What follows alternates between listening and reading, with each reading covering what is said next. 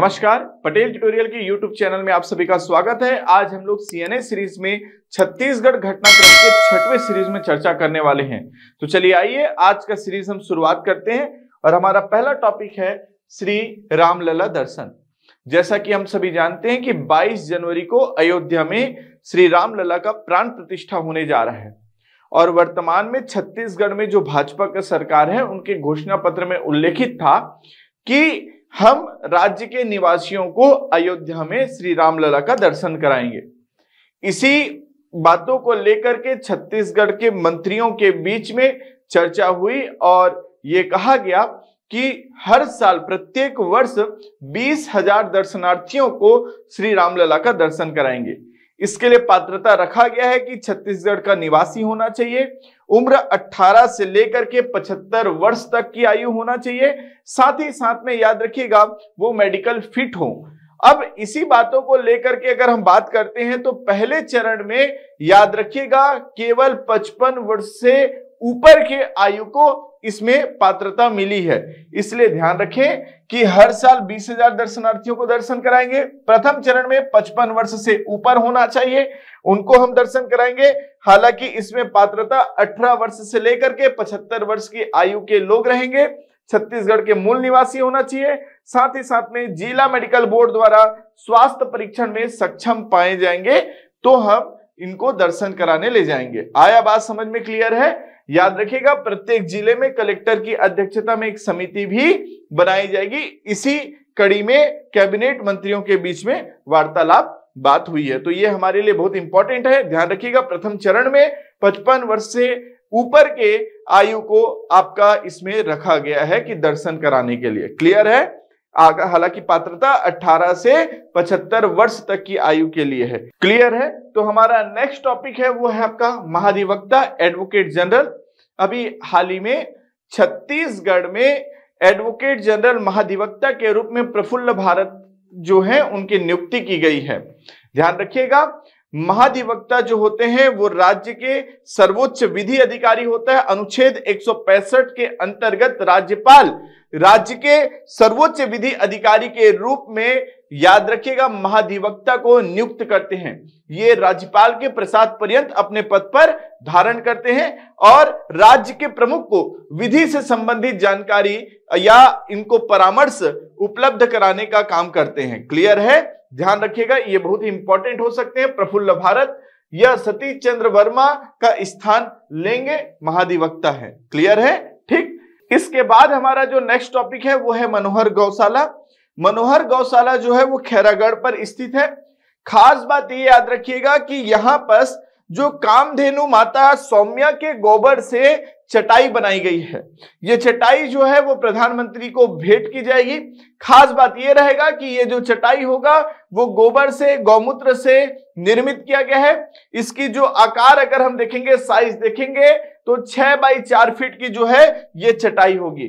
खास बात ये याद रखना है कि आपको कि मनोहर गौशाला को 5वीं बार, कितनी बार? 5वीं बार याद रखिएगा golden book of world record में शामिल किया गया है। ठीक, तो ये गौशाला कहां है? खैरागढ़ में है। तो golden book world of record में इसको शामिल किया गया है। ठीक, और याद रखिएगा कि खैरागढ़ पर ये स्थित है। ठीक है। इसके बाद हमारा जो नेक्स्ट टॉपिक है वो है जल जीवन मिशन। तो जल जीवन मिशन क्या है? तो याद रखिएगा जल जीवन मिशन के अंतर्गत हमारा प्रमुख उद्देश्य होता है कि नल से घरों में शुद्ध जल जो पीने युक्त पानी है वो उपलब्ध कराया जा सके। 15 अगस्त 2019 तक अगर हम बात करेंगे उस समय 6.40 ग्रामीण परिवार तक हम नल की सहायता से उनके घरों में शुद्ध जल पहुंचा पाए थे। लेकिन वर्तमान तारीख के आधार पर यदि हम बात करते हैं तो इस समय जो है वो 75.01% जो ग्रामीण परिवार तक नल से शुद्ध जल पहुंचा पाए हैं। इसलिए बहुत इंपॉर्टेंट होता है। और खास बात ये कि इसमें जो टारगेट का जो लक्ष्य रखा गया है वो 49,98,571। याद रखिएगा जो लक्ष्य निर्धारित रखा गया है वो 49,98,571 तक लक्ष्य पहुंचाने का बात रखा जाता है, जिसमें से अभी केवल याद रखिएगा 37,49,556 जो है, यहां तक हम लोग जो है घरों में नल से शुद्ध पानी पहुंचा पाए हैं। क्लियर है, मतलब लगभग 75.01% जो है वो घरों में नल से पानी पहुंच चुका है। 15 अगस्त 2019 तक का डेटा के आधार पर 6.40% था, अभी 75.01% है। ये डेटा आपके लिए काम का होगा। क्लियर है, लक्ष्य कितना रखा गया है, तो लगभग आप ये मान के चलिए 50 लाख मान के चलिए। जब ये डेटा याद हो जाएगा तब आप अप्रोक्सीमेट डेटा 50 लाख याद करने के बाद एक्यूरेट में जाना 49,98,571।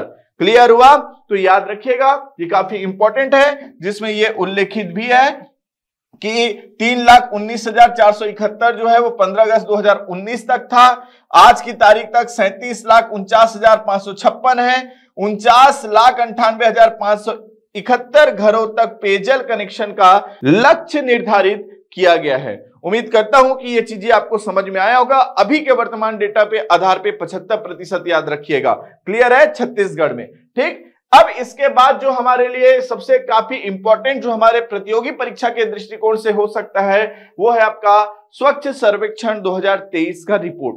अब इसमें बहुत सारे क्वेश्चन आपके पेपर के लिए बन सकते हैं, अन्य प्रतियोगी परीक्षा के लिए, तो इसको बहुत अच्छे से आप लोग नोट करें। क्लियर है, देखिएगा स्वच्छ सर्वेक्षण रिपोर्ट 2023 में यदि हम बात करते हैं तो छत्तीसगढ़ को तीसरा स्थान प्राप्त हुआ है। कौन सा स्थान प्राप्त हुआ है, ध्यान रखना है, पूछा जा सकता है। तीसरा स्थान, पहला स्थान राज्यों की श्रेणी में देखेंगे तो महाराष्ट्र है, दूसरा मध्य प्रदेश है और तीसरा छत्तीसगढ़ होगा।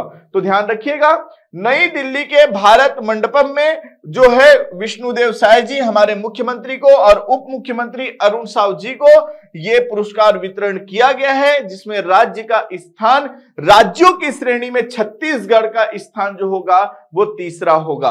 क्लियर है, जिसमें प्राप्तकर्ता कौन रहेंगे, विष्णुदेव साय जी हमारे मुख्यमंत्री और उप मुख्यमंत्री अरुण साव जी। प्रदानकर्ता में हमारे राष्ट्रपति के द्वारा, द्रौपदी मुर्मू जी के द्वारा यह पुरस्कार वितरण किया गया है। खास बात यह याद रखना है कि हम जानते हैं कि स्वच्छ शहर की श्रेणी में यदि हम बात करते हैं तो इंदौर अग्रणी स्थान पर रहता है, तो इंदौर अभी भी अग्रणी स्थान पर है, इसे भी आप याद रखिएगा। सबसे स्वच्छ शहर में इंदौर, उसके बाद सूरत। राज्यों की श्रेणी में अगर पूछा जाए तो पहला स्थान महाराष्ट्र, दूसरा मध्य प्रदेश और तीसरा छत्तीसगढ़। क्लियर हुआ। अब इसके बाद हम और डेटा की ओर चलते हैं और इस बात को ध्यान रखते हैं, इसमें 5 जो है वो नगरीय निकाय को राष्ट्रीय पुरस्कार वितरण किया गया है। अब ये राष्ट्रीय पुरस्कार किसको किसको दिया गया है, तो देखिएगा, पहला नाम याद रखना है आपको रायपुर, दूसरा नाम याद रखना है आपको पाटन, तीसरा नाम याद रखना है आपको महासमुंद, चौथा नाम याद रखना है कुम्हारी, पांचवा नाम याद रखना है आरंग। तो पहला रायपुर, पाटन, महासमुंद, कुम्हारी और आरंग। अब इसके बाद यदि हम बात करते हैं तो रायपुर और पाटन को एकदम दिमाग पे सेट करके रखना है। यदि ऐसे शहर या ऐसे नगरीय निकाय जिसकी आबादी यदि 1 लाख से अधिक है तो उसमें इन 5 शहर में रायपुर हम जान पा रहे हैं कि यहां की जनसंख्या ज्यादा है, तो याद रखिएगा यदि 1 लाख से ज्यादा अगर आपको पूछता है आबादी में किसको स्थान दिया गया है तो रायपुर होगा। उसके बाद यदि हम देखते हैं 50,000 से लेकर के 1 लाख के बीच में अलग डाटा है, 1 लाख से कम में अलग डाटा है, तो ध्यान से समझिएगा कि 1 लाख से कम आबादी पूछता है तो पाटन याद रखना है। 50,000 से एक डेटा दे दिया रहेगा, 50,000 से 1 लाख तक में, तो याद रखिएगा महासमुंद। 25,000 से लेकर के 50,000 तक तो कुम्हारी, और 15,000 से 25,000 के में आपका नगरीय निकाय में किसको अगर दिया गया है तो आरंग। तो ये 5 याद रखिएगा, क्रम जमा लीजिएगा। पहला रायपुर 1 लाख से ज्यादा, 1 लाख से कम में पाटन, फिर आप 50 से 1 के बीच में जाए तो वहां पर आपका आएगा महासमुंद, फिर आपको कुम्हारी, तो 25 से 50 में जाना है तो कुम्हारी है, फिर 15 से 25 में जाएंगे तो आरंग है। क्लियर है। उम्मीद करता हूं कि आपको यह आसानी से समझ में आया होगा। जो लिखा हुआ है इसको आप बहुत अच्छे से याद करें। क्लियर है। इसके बाद आपको इस फोटो की सहायता से भी आप देख पा रहे होंगे 1 लाख से कम आबादी वाले शहर, 1 लाख से कम तो पाटन आएगा। ठीक, खास बात यह कि पाटन को याद रखिएगा दूसरा स्थान प्राप्त हुआ है। यदि 1 लाख से कम आबादी वाले क्षेत्र में पाटन को दूसरा स्थान मिला है पूरे देश में। आया बात समझ में? और 1 लाख से कम आबादी में अगर राज्य में पूछता है तो पाटन अग्रणी स्थान पे है 1 लाख से कम में। 1 लाख से ज्यादा में रायपुर है। आया बात समझ में? लेकिन 1 लाख से कम में जो पाटन है वो देश का दूसरा स्थान पे है। आया बात समझ में? क्लियर? याद रखना है, ठीक है। लेकिन छत्तीसगढ़ में अगर 1 लाख से कम में पाटन कहां जाएगा? पहले स्थान पर पहुंच जाएगा। यदि 1 लाख से ज्यादा बोलेंगे तब वहां पास रायपुर को रखना है। क्लियर है? उम्मीद करता हूं कि समझ में आया होगा। इसलिए पाटन देश का दूसरा सबसे स्वच्छ शहर, ये 1 लाख से कम आबादी वाले में। आया बात समझ में? क्लियर? ध्यान रखना है, ठीक। तो इस प्रकार से आपको देख पा रहे होंगे यहां पर सभी को रखा गया है, ठीक है। अब आगे हम चलते हैं और देखते हैं इसमें वाटर प्लस शहर। वाटर प्लस शहर के रूप में ध्यान रखिएगा कि रायपुर को अग्रणी स्थान प्राप्त हुआ है। याद रखना कि देश में 14 शीर्ष में वाटर प्लस को स्थान प्राप्त हुआ। राज्य में जो रायपुर है वो 15वें नंबर का देश में। आया बात समझ में? वाटर प्लस का स्थान प्राप्त किया है। तो वाटर प्लस में यदि छत्तीसगढ़ राज्य में अग्रणी स्थान पूछेगा तो रायपुर, लेकिन ये देश में 15वें नंबर का होगा। क्लियर हुआ? इस बातों को भी ध्यान रखना है। साथ ही साथ में यहां पास रेटिंग दिया गया है, तो याद रखना है कि एक तो याद रखना है 5 स्टार रैंकिंग और दूसरा 3 स्टार रैंकिंग। 5 स्टार रैंकिंग में 2 नाम याद रखने हैं आपको, एक रायपुर और दूसरा पाटन। एक रायपुर और दूसरा पाटन, ये दोनों को 5 स्टार रैंकिंग प्राप्त हुआ है। और 3 स्टार में याद रखिएगा, एक नाम आपको याद रखना है अंबिकापुर। क्या नाम याद रखना है? अंबिकापुर। दूसरा नाम बिलासपुर, जस्ट नीचे आप पहुंचेंगे संभाग वाइज। और तीसरा आपको याद रखना है राजनांदगांव। क्लियर है? हालांकि राजनांदगांव संभाग में नहीं है, लेकिन आप राजनांदगांव याद रखिएगा। क्लियर हुआ?